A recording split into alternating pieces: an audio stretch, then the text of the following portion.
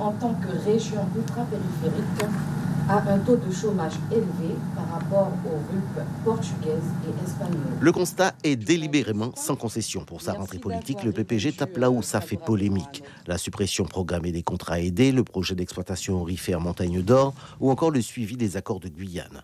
Mais pour le parti qui dit avoir fait de la notion travail une valeur cardinale, les tentatives de réforme libérale du Code du travail sont tout simplement inacceptables. La loi travail, c'est la casse du système social français. Donc déjà, pour la France hexagonale, ça va être compliqué pour eux, mais cette loi n'est pas du tout adaptée à notre territoire qui a besoin vraiment d'une implication de l'État dans l'économie et qui a surtout besoin qu'on puisse développer le travail, l'activité économique et la formation sur le territoire.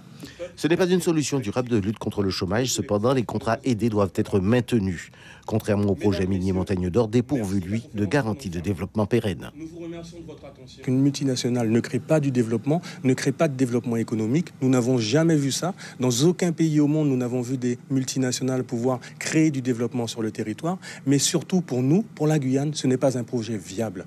Qu'on parle en termes économiques, en termes sociaux, en termes environnementaux, ce n'est pas du tout un projet viable. Donc nous lutterons vraiment contre ce projet avec toutes les forces vives qui sont impliquées dans ce combat.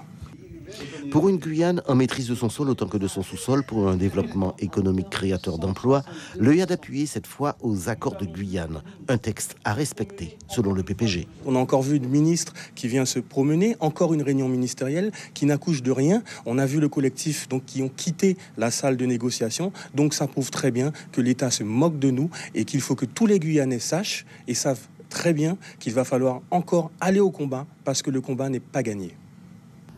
Le PPG revient donc sur la scène politique. Retour gagnant, on le saura dans un peu plus de 2 ans, aux prochaines municipales.